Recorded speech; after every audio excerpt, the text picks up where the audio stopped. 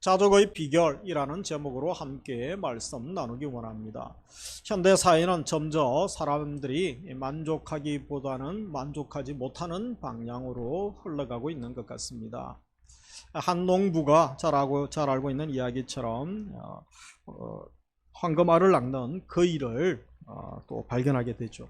그래서 처음에는 하루에 황금알 하나만 놓아도 요즘처럼 금값이 얼마나 비쌉니까? 그 기쁨이 대단했죠. 그런데 점점 욕심이 생겨서 더 많은 황금알을 가지기를 원했습니다. 그래서 그이의 배를 갈랐습니다. 그의 욕망을 채운 것이 아니고 그이가 죽어버린 것이죠. 이것은 끝없는 인간의 욕망을 잘 표현해주고 있는 이야기라고 할 수 있습니다. 두 부부 사이가 서로 부부가 대화를 합니다. 이 남편이 좀 투덜거리기 시작하죠. 보통 아내가 투덜거리는데 남편이 어떤 불만을 하냐면 우리 집이 너무 좁은 것 같다고, 좀 우리도 언젠가는 넓은 집에서 좀 살았으면 좋겠다고 이런 불평을 토로합니다. 그때 아내가 참 그렇지요. 집이 좁아서 참 힘들죠. 그런데 더 큰 문제는 당신 월급이 작아서 더 제일 불편해요. 이런 이야기를 하더랍니다. 부부 사이 또 가정 사이도 불만족이 많은 시대를 살고 있습니다.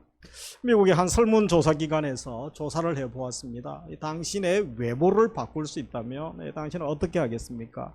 그래서 남자들 중에 94%가 100명 중에 94명이 바꾸겠다고 하고, 여자들은 99% 다 바꾸겠다고 그렇게 얘기를 했다고 합니다. 얼마나 자기 외모에 만족하지 않는지 웬만하면 감사하고 또 기쁨으로 살 수 있기를 원합니다.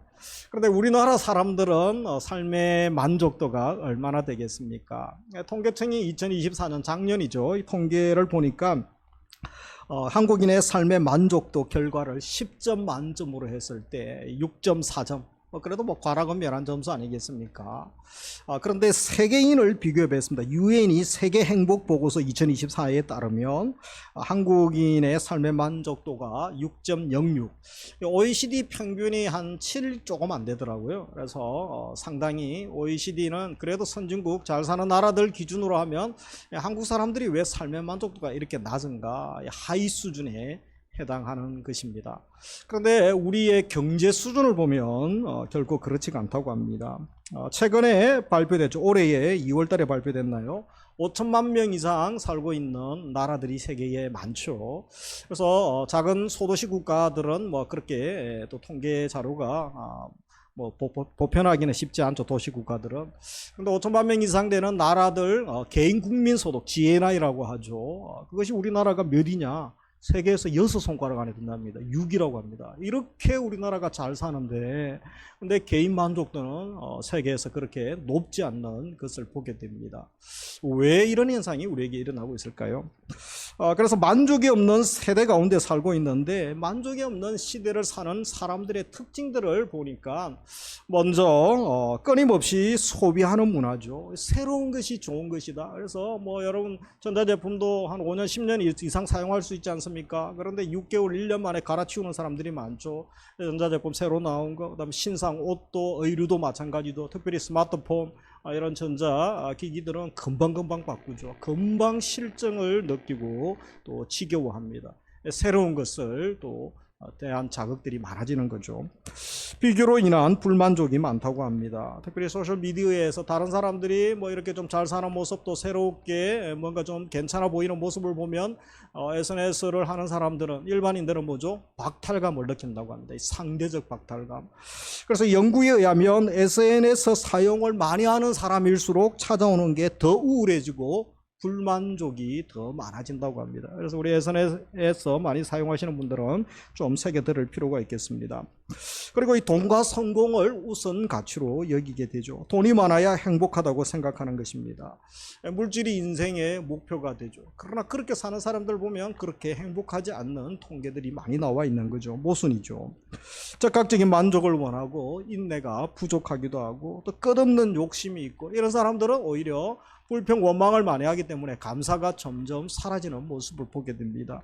인간관계도 불만족스럽고, 특별히 영적인 불만족이 더 심화되고, 또 물질이 많은데 만족하지 못하죠. 이 끊없는 욕망이죠. 그리고 마지막으로 보면 세상 가치를, 세속적 가치를 하나님 나라의 가치보다 더 추구하는 모습을 봅니다. 그래서 선진국에서 오히려 우울증 환자들이 더 많고 자살하는 그런 분들이 더 많은 모순적인 상황을 보게 되는 것입니다.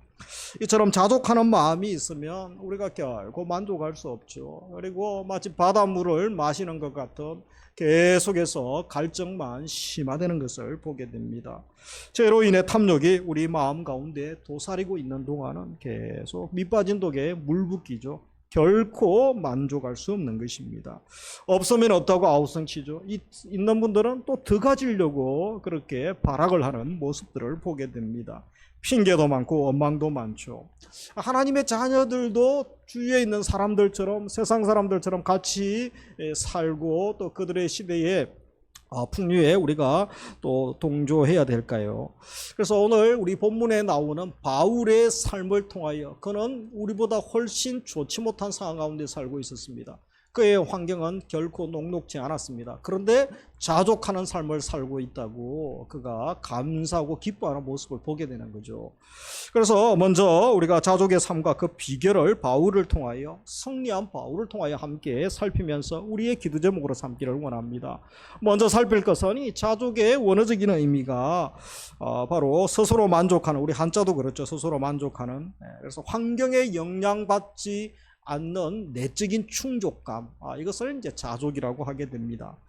고대 사이에 헬라 시대의 스토아 학파라고 있었어요. 철학자들 중에 이들의 이상으로 삼는 것이 자족이었습니다. 그래서 이들의 이상적인 덕목이 자족인데, 그것은 외부 환경에 흔들리지 않는 평온한 상태, 심적 상태를 유지하는 것이 이 철학자들의 삶의 또 철학의 궁극적인 목표였다고 할 수 있는 거죠. 그렇다면 바울이 말하는 이 자족도 그런 철학적 개념의 자족일까요? 바울은 본문에서 그런 수준의 자족을 이야기하고 있지는 않습니다.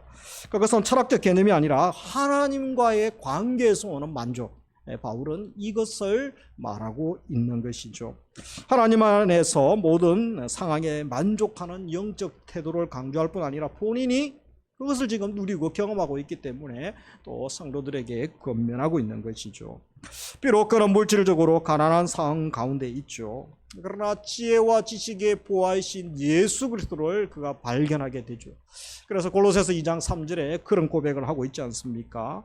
바울은 예수님의 부활의 권능과 고난의 참여함을 통하여서 예수 그리스도의 능력을 그가 경험하게 되죠. 그리고 예수님을 만나고 그분의 능력, 십자가의 능력을 경험하면서 외부 환경에도 요동하지 않는 수준까지 그렇게 자족하는 모습까지 누리고 있는 것을 보게 됩니다.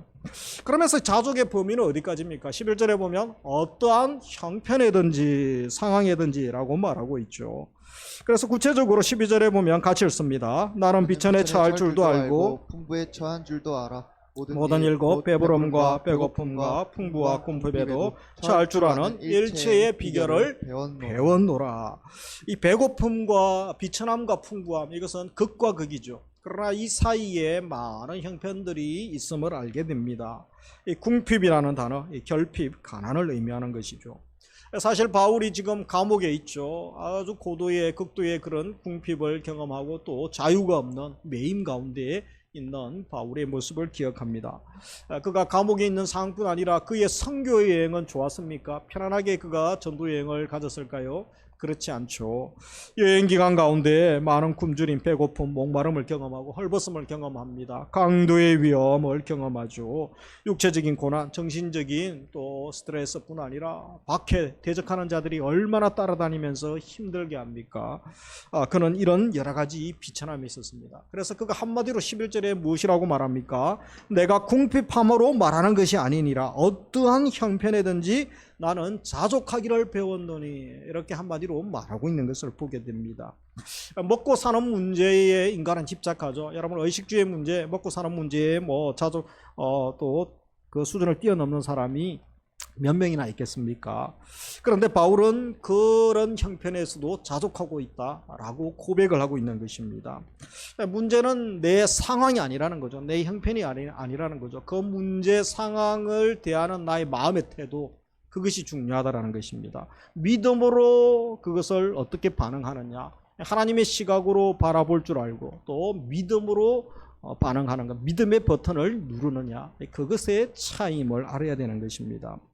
그래서 성경에 보면 이 자족과 관계된 단어들이 성구들이 많이 나옵니다. 디모데전서 6장에 보면 그러나 자족하는 마음이 있으면 경건은 큰 이익이 되느니라. 우리가 세상에 아무것도 가지고 온 것이 없음에 또한 아무것도 가지고 가지 못하리니 우리가 먹을 것과 입을 것이 있은즉 족한 줄로 알 것이니라. 그래서 족하다, 자족하다 거듭 말하고 있죠. 이 자족은 물질적인 부유에 근거하지 않는다는 것입니다.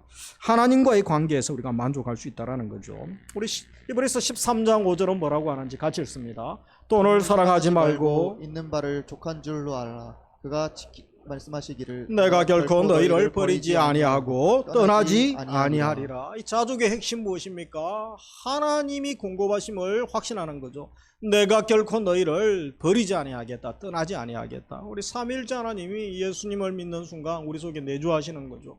온 우주에 충만하시고 통치하시고 역사하십니다. 우리 안에 거하시는 주님 결코 우리를 떠나지 아니하시는 거죠.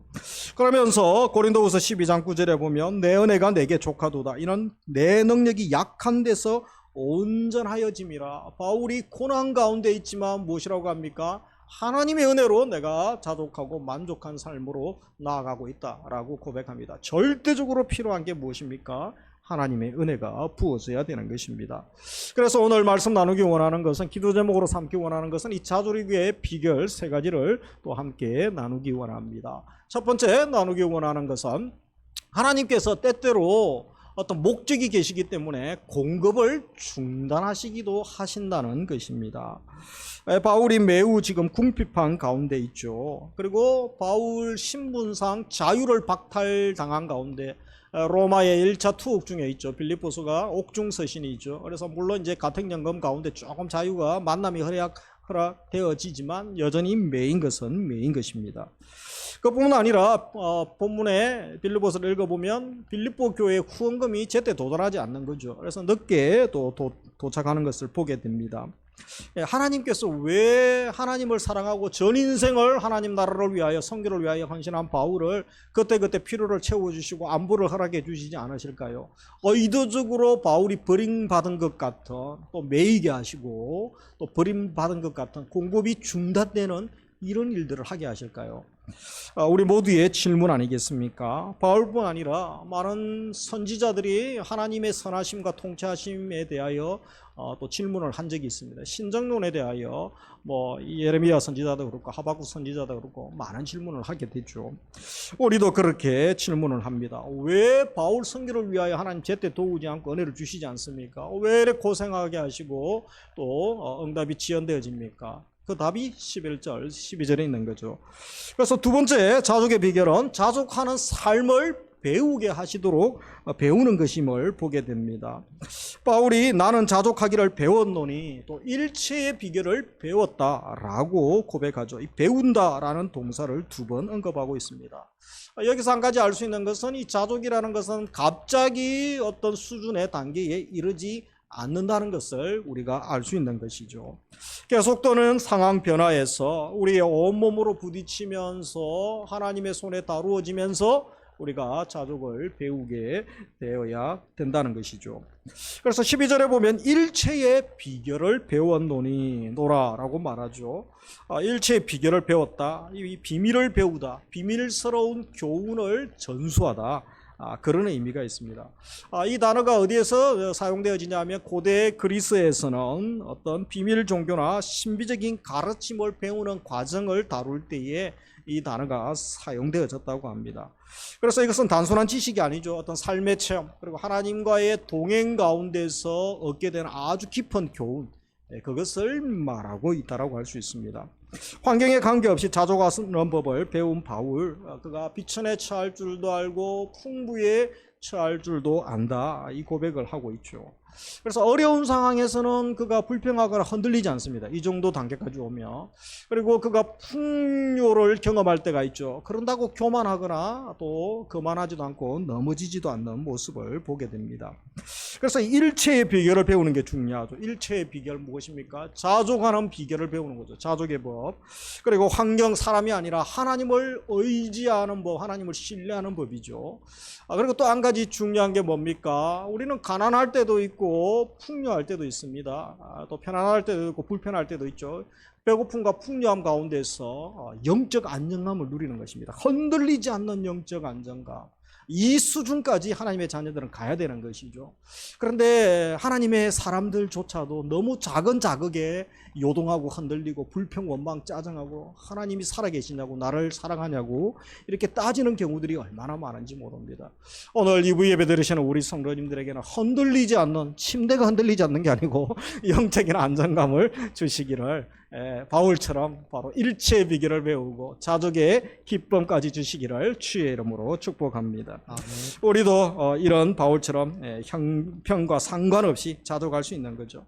그래서 더 이상 환경이 아니라 사람이 아니라 이제 하나님이 내 삶의 주인이심을 고백하고 또 그 수준까지 갈 수 있습니다. 이 바울도 감옥에서 기뻐하게 되죠. 이 수준까지 온 사람은 감옥이 문제가 되지 않습니다. 호텔이 문제가 되지 않는 것이죠. 고난과 풍요 속에서도 같은 믿음을 유지하는 것이 얼마나 중요합니까? 이 수준까지 가도록 하기 위해서 하나님이 구약의 많은 믿음의 선배들을 연단하시고 또 예수님도 제자들을 훈련하시는 것들을 보게 됩니다. 배부를 때 교만하지 않는 거죠. 배고플 때 불평, 원망, 짜증내지 않는 모든 상황에 한결같은 믿음의 태도를 유지하는 것. 이 수준까지 갈 수 있는 것입니다. 우리에게도 이런 수준의 또 기쁨과 은혜를 주시기를 원합니다. 지금 내가 겪고 있는 상황이 어떠한 상황입니까? 하나님은 지금 그 상황을 통하여 배우기를 또 우리가 연단되기를 원하신다는 것을 기억해야 됩니다. 영적 유익과 성숙을 경험할 수 있는 것입니다. 그래서 배움은 진행과 단계가 있는 것이죠. 어디까지 갑니까? 바울처럼 일체의 비결을 배우며 자족의 기쁨을 경험하며 그 단계까지 나아가게 하는 이유가 있죠. 우리가 하나님 나라를 세우는 자이기 때문에 그렇습니다. 생명을 살려야 할 사명이 있기 때문에 빛과 소금의 사명을 우리 가정, 일터, 이 지역사회, 이 나라에 한국교회가 성도들이 감당해야 될 분명한 목적이 있기 때문에 그 수준까지 가기를 원하는 거죠. 세상을 섬기고 살려야 될 자들이 본인의 문제에 지치고 피곤하고 넘어지면 아무 일도 할 수 없는 것을 알기 때문에 이 수준까지 훈련하시고 원하시는 것입니다. 그래서 마지막 세 번째 자족의 비결, 필요를 채우시는 하나님을 전적으로 신뢰하는 것이라고 할 수 있습니다. 자족의 비결은 오직 나에게 있는 것이 아니죠. 하나님께 있는 줄 믿습니다. 유일한 비결이죠. 하나님께. 그래서 무슨 일을 만나든지 출발이 나로부터 시작되면 안 됩니다. 주님으로부터 출발되어져야 되는 것입니다. 그래서 바울이 이 신비를 알았죠. 이 비밀을 알면서 우리에게 공개하고 있지 않습니까? 13절 같이 읽도록 하겠습니다. 내게 능력 주시는 자 안에서 내가 모든 것을 할 수 있느니라. 많은 사람들이 잘 알고 있지만 가장 오해하는 본문 중에 13절이죠. 내가 슈퍼맨이 될 수 있다는 거죠. 내가 슈퍼맨이 될 수 있구나. 모든 것을 할 수 있구나. 내가 능력자가 될 수 있구나. 여러분, 예능에서 탤런트 누가 능력자가 되는 것이 아니죠. 이 말씀은 앞뒤 문맥을 살펴봐야 됩니다. 그것은 앞에 있는 말씀과 연결하면 자족할 수 있다라는 말씀으로 우리가 이해할 수 있는 것입니다. 바울도 인간이기 때문에 연약하죠. 그도 넘어지고 외롭고 피곤하고 힘듭니다. 그리고 때로는 어려운 일에 부딪히면 감당하기 힘들죠. 그래서 원망이 나오고 짜증이 나오고 불평이 왜 안 나왔겠습니까? 한계가 있죠. 감정이 없는 로봇과는 다른 존재죠. 우리 모두가 그렇지 않습니까? 그래서 바울은 자기 힘으로 감당할 수 없기 때문에 제3의 힘을 얻어야 했던 거죠. 위로부터 부어주시는 힘, 하나님이 주시는 능력, 그는 그것을 절대적으로 의지하고 강구하는 것을 보게 됩니다. 자신은 약하고 넘어지만 주님은 강하시기 때문에 주님이 세우시고 주님이 약한 그를 붙들어 주시고 쓰러지고 넘어진 그를 붙들어 주시면서 강하게 하시고 이렇게 주실 것에 대한 확신, 믿음이 그에게는 있었던 것입니다. 그래서 그가 주의 능력을 공급받을 수 있는 비결, 믿음이죠. 믿음. 하나님에 대한, 주님에 대한 믿음이죠. 13절이죠. 내게 능력 주시는 자 안에서 내가 자족할 수 있습니다. 이 고백을 하고 있는 것을 기억을 해야 됩니다. 자족의 삶의 비결이 무엇입니까? 바울에게 시작되는 것이 아니죠. 바울의 능력에 있었던 것이 아닙니다. 하나님의 능력에 있었던 것이죠. 하나님을 신뢰하고 주님의 능력을 입는 것이었습니다. 자기 환경과 힘으로 살아가는 것이 아니라 주님이 주시는 힘으로 그는 살아갔던 것입니다. 하나님의 명령을 순종하고 행할 때에 나의 아버지께서 능력을 주시고 지혜를 주시고 감당할 은혜를 주실 것에 대한 그런 믿음이 있었던 것입니다. 그리고 믿음으로 발을 내딛고 또 믿음으로 하나님의 일들을 감당하였다라고 고백하고 멋진 승리의 노래를 디모데후서에서 마지막에 또 부르고 있는 모습까지 가는 것을 보게 됩니다. 그러면서 또 우리가 더 생각해 볼 것은 이 바울이 그럼 누구에게서 이런 자족의 삶을 배웠겠습니까?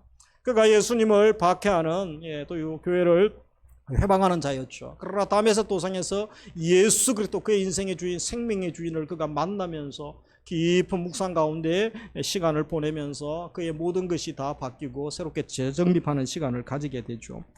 그런 예수님에게서 배웠던 것이죠. 그래서 우리도 예수님에게서 제자들처럼 배울 수 있는 것입니다. 예수님이 제자들을 3년 제자 훈련하시면서 어떤 삶을 보여주셨습니까? 왕궁에서의 화려한 삶, 세련된 삶, 편안하게 누리는 그런 삶을 보여주시지 않으셨습니다. 우리 주님은 머리 둘 곳도 없으셨죠. 그래서 초라하고 검소하셨지만 하나님의 목적이 이끄는 삶을 사시고 제자들과 함께 동거동락하면서 정말 하나님의 공급하심, 또 하나님 안에 거하고 하나님이 주시는 능력과 지혜를 공급받아서 어떻게 선교하고 생명을 살리고 어둠을 몰아내고 치유와 회복과 부흥의 이 거룩한 하나님의 일들을 감당하는지 친히 3년 동안 보여주셨던 것입니다. 그래서 하나님의 능력을 공급받는 비결, 또 사용하는 비결, 일체의 비결을 예수 그리스도에게 제자들은 배웠던 것입니다. 그러므로 우리도 우리의 주인 대신 예수님께 배우고 예수 그리스도께 더욱 붙들리는 은혜를 주시도록 우리가 간구하고 사모해야 될 줄 압니다. 하나님은 지금도 우리에게 능력을 주시기를 원합니다. 그런데 어떤 사람에게 주십니까? 아무에게나 모두에게 다 주시지는 않는다는 것이죠. 오직 주님 한 분만을 만족 삼고 또 심오한 이 자족의 기쁨을 경험하기를 원하고 있는 거죠. 오직 주님께 배우기를 원하는 사람, 주님께 붙들리기를 소망하면서 하나님의 일을 힘들지만 감당하기를 원하는 그 사람에게 바로 자족의 기쁨을 부어주시는 줄 믿으시기 바랍니다. 그래서 내게 능력 주시는 자 안에서, 내게 주시는 주님 안에서죠. 주님 안에서 내가 자족할 수 있습니다. 이 고백이 우리의 고백이 될 수 있기를 원합니다. 한 주간 살면서 우리가 이 말씀들을 좀 깊게 묵상하기 원합니다. 우리가 특별새벽 부흥회 때도 나의 안에 거하라, 나의 사랑 안에 거하라는 주님의 말씀을 한 주간 계속 묵상을 했죠. 그래서 우리가 주님을 바라보고 주님께 붙들리는 삶이 얼마나 귀한 삶인지, 하나님만을 바라보고 하나님만을 신뢰하는 삶이 얼마나 귀한지, 또 우리 주님께서는 그것을 너무 원하고 그런 자녀들을 기뻐하시고 하나님의 모든 사랑과 능력을 부어주시기를 원한다는 사실을 기억하면서 우리 말씀 같이 한번 읽고 묵상하기 원합니다. 요한복음 15장 5절 같이 읽습니다. 나는 포도나무요 너희는 가지라. 그가 내 안에 내가 그 안에 가면 사람이 열매를 많이 맺나니 나를 떠나서는 너희가 아무것도 할 수 없습니다. 그래서 한 주간 우리가 주님 안에 힘써 가기를 원합니다. 포도나무 대신 주님께 가지가 붙어 있어야 되죠. 가지가 끊어지면 끝나는 것이죠. 우리 힘으로 아무것도 할 수 없는 것입니다. 고린도후서 12장 9절 나에게 이르시기를 내 은혜가 내게 족하도다. 이는 내 능력이 약한 데서 온전하여 짐이라 하신지라. 그러므로 도리어 크게 기뻐함으로 나의 여러 약한 것들에 대하여 자랑하리니. 같이 읽습니다. 이런 그리스도의 능력이 내게 머물게 하려 함이라. 약할 때 강한 거죠. 그리스도인들의 신앙의 역설이 뭡니까? 내가 깨지고 무너지고 자기를 부인하는 거죠. 내 힘으로 하면 다 넘어지고 잘된 것 같은데 결국은 사람이 상처받고 떠나가고 공동체가 와야 되지 않습니까? 자기 잘난 맛에 사는 정치인, 경제인들, 똑똑한 사람들 이 세상에 보십시오. 그들이 이룬 것이 무엇이 있습니까? 하나님의 은혜가 부어져야 되고 하나님이 붙들어 주셔야 되고 또 하나님이 새롭게 해야 되지 않겠습니까? 그래서 오직 그리스도의 능력이 내게 머물게 하려 함이라. 오히려 부족하고 약하고 지금 잘 되지 않고 더디가는 것처럼 느껴집니까? 감사하십시오. 내가 주님의 손에 붙들려 있고 주님이 나를 만지시고 빚으시고 변화시키고 새로운 은혜 주시려고 다듬고 계시는 줄 믿으시기 바랍니다. 아멘. 주님의 사랑과 능력이 내게 충만히 임하기를 주님이 원하시기 때문에 그렇게 하신다는 것입니다. 그러면서 우리 디모데전서 1장 12절 나를 능하게 하신 그리스도 예수 우리 주께 내가 감사하며 능하게 하시는 분 우리 주님이죠. 그러면서 하나님께서 이사야 41장 10절에 보면 같이 읽습니다. 내가 너를 굳세게 하리라 참으로 너를 도와주리라 참으로 나의 의로운 오른손으로 너를 붙들리라. 그래서 굳세게 해주시는 우리 아버지 도와주시고 붙들어 주시고 우리를 파멸시키고 또 못 살게 하시기 위함이 아니지요. 하나님이 얼마나 멋지고 좋으신 분이십니까? 이런 하나님이 우리의 아버지가 되십니다. 절대적으로 주님을 바라보고 신뢰할 이유가 여기에 있는 것입니다. 그래서 우리가 마지막으로 히브리서 12장 2절처럼 살아야 되죠. 같이 읽습니다. 믿음의 주여 또 온전하게 하시느니 예수를 바라보자. 아멘. 예수를 바라볼 수 있기를 주의 이름으로 축복합니다. 아멘. 바울은 예수 그리스도께 붙들리고 예수님이 지혜와 지식의 보화가 되심을 구원과 생명이 되심을 그는 경험했습니다. 그래서 목숨 걸고 전 인생을 감옥에 가서라도 담대하게 그 비밀을 전하고 있지 않습니까? 그런 사람들이 지치지 않아야 되죠. 계속 하나님의 능력을 공급받아야 됩니다. 그래서 여러분 가난하고 힘들고 또 배고프게 할 때가 있죠. 그때는 그저 이 자주의 비결을 배운 사람들은 어떻게 합니까? 금식하면 되죠. 가난하게 하실 때는 하나님이 더 영적인 은혜를 주시려고 금식하게 하는구나. 더 기도하게 하시려고 배고프게 하는구나. 그리고 또 그때 응답 주시고 채워주시면 무엇입니까? 선교하라고 생명 살리라고 이렇게 물질 주시고 은사 주시고 나를 높여주시는구나. 그러면 교만하지 않을 수 있습니다. 마음껏 주의 기쁨으로 사용할 수 있습니다. 우리도 궁핍할 때나 부할 때나 어떤 상황에도 어떤 시간에 있다 할지라도 주님의 기쁨이 되시고 바울처럼 잘 준비되고 연단되어서 멋지고 아름답게 쓰임받는 은혜를 주시기를 주님의 이름으로 축복합니다. 아멘. 그래서 진정한 만족을 누리려면 모든 것이 하나님께 속해 있음을 고백하는 것입니다. 사실 우리 주위에 있는 모든 것 보십시오. 하나님의 선물이 아닌 것이 어디 있습니까? 하나님이 은혜로 주시고 선물로 다 주신 것들이죠. 우리의 시간, 물질, 또 가족, 자녀, 은사, 생명, 주님이 다 선물로 주신 것입니다. 그래서 우리가 감사할 수 있는 것입니다. 여러분 일주일에 지나면서 매스컴 보십시오. 얼마나 사건 사고가 많습니까? 남쪽에는 갑자기 또 막 대형 산불이 나서 날리고 또 대형 사고가 나서 날리고 전 세계가 몸살을 앓고 있는 것이죠. 하나님이 잠깐 맡겨주신 건강 생명 우리에게도 때가 되면 가져가실 것입니다. 청지기로 사는 것입니다. 내가 주인이 아닙니다. 내 건강, 내 시간, 내 물질, 내 가족, 자녀들도 내 것이 아니죠. 주님이 잠깐 맡겨주시고 양육하게 하시고 사랑하게 하시고 천국을 경험하게 하시고 하나님 나라를 위하여 잠깐 맡겨주신 것입니다. 주님이 다시 다 회수할 때가 있습니다. 결산의 날이 있음을 기억하면서 영광스럽게 또 주님의 칭찬받는 종으로 사용하기를 원합니다. 그렇게 우리가 또 은사를 구하고 기도하고 또 지혜를 구할 수 있기를 원합니다. 특별히 갖지 못한 욕망 가운데 자유케 해달라고 우리가 죄를 이기고 내 속에 순간순간 쾌락, 욕망, 게으름들이 요즘 게으름과 또 싸워야 돼요. 영적 게으름, 영적 무지, 또 거룩한 욕망이 거룩한 야망이 아니라 정말 세상의 세속의 것들로 가득 채우려고 하는 욕망들이 두더지 뿅망치 게임처럼 그저 계속 불쑥불쑥 일어나는 것입니다. 성령님 제어하여 주옵소서. 나를 도와주옵소서. 통치하여 주옵소서. 절대적으로 간절히 우리가 기도하고 부르짖어야 되는 것입니다. 필요를 채우시는 하나님을 전적으로 신뢰하시기 바랍니다. 환경이 아니라 사람이 아니라 하나님만을 의지할 수 있기를 원합니다. 그래서 우리가 한 주간 어떻게 살아야 되겠습니까? 때로는 공급이 차단되어지는 느낌을 받을 때가 있죠. 그 긴 시간, 어떤 분들은 20년, 30년, 1, 2년이 아니라 긴 시간 하나님의 연단 가운데 계신 분도 많습니다. 믿음의 선배들처럼 우리도 그럴 수가 있습니다. 어떤 분들은 또 공고한 가운데, 박해 가운데 힘든 시간들을 보내야 될 분들도 있습니다. 어떤 어려운 상황이 와도 오늘 말씀처럼 예수님만 바라보시기 원합니다. 예수님께 배우기 원합니다. 예수님을 온전히 신뢰하는 은혜까지 나아가게 하여 주시기를 원합니다. 주님을 신뢰할 때에, 주의 얼굴을 구할 때에 오늘 13절의 바울의 고백, 내게 능력 주시는 주님 안에서 내가 자족할 수 있습니다. 주님이 계시면, 내가 주 안에 가면 주님이 나의 일을 하는 것이 아니고 하나님의 일을 하시는 거죠. 나를 통하여 하나님의 일을 이루시고 하나님의 뜻을 이루시고 주의 영광을 부어주심을 믿으면서 우리도 자족하고 주 안에서 주의 일을 멋지게 감당할 수 있습니다. 우리의 고백이 되고 우리의 감사 찬양이 되어질 수 있기를 주님의 이름으로 축복합니다. 우리 함께 찬양하며 나아가